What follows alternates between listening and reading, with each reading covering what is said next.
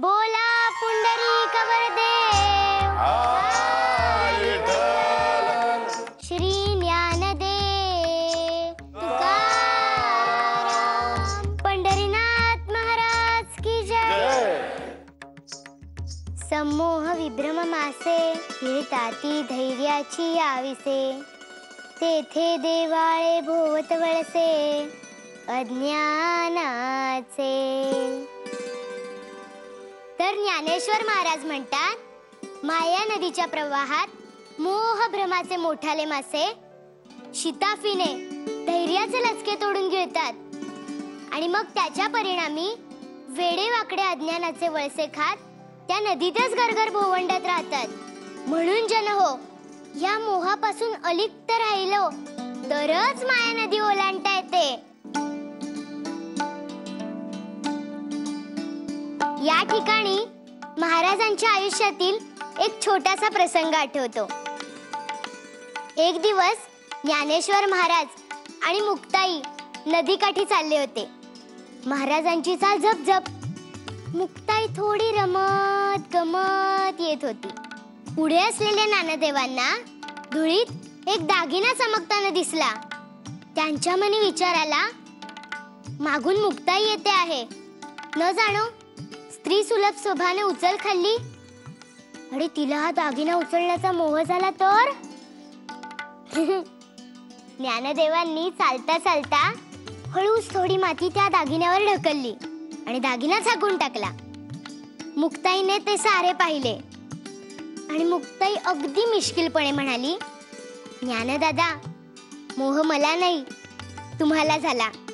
आपल्या सगळ्या भावंडांच्या लेखी दागिना आणि धूळ ही सारखीच।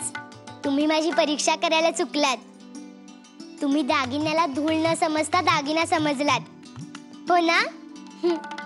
मोह बरा चतुर असतो बरे ज्ञानदादा, तो आपल्याला मोठ्या शिताफीने चकवतो। मग ज्ञानदेवांनी आपली चूक हसून मोकळ्या मनाने कबूल केली आणि दोघे आनंदाने पुढे निघाले। अशी ही मोहाची कथा।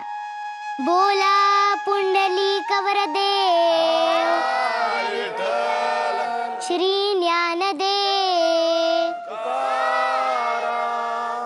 पंढरीनाथ महाराज की जय। ज्ञानदेवांचे सारे जीवनच अशा सर्व दाखल्यांनी भरलेले आहे। जे तत्वज्ञान त्यांनी लोकांना सांगितले ते त्यांनी स्वतःही आचरणात आणले। जे अवघड होते ते सोपे करून सांगितले।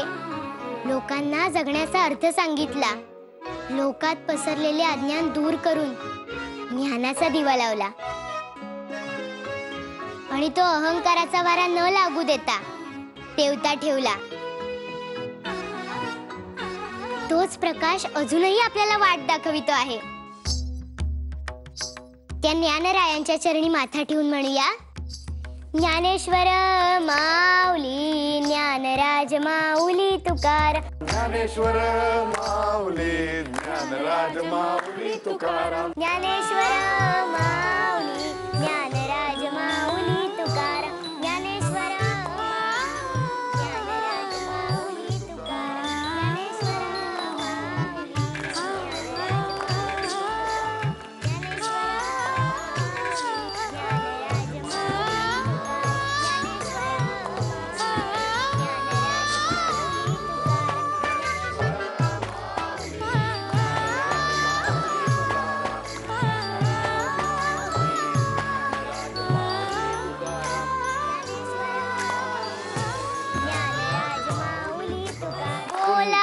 पुंडरीक वरदेव विठ्ठल श्री ज्ञानदेव तुकाराम पंढरीनाथ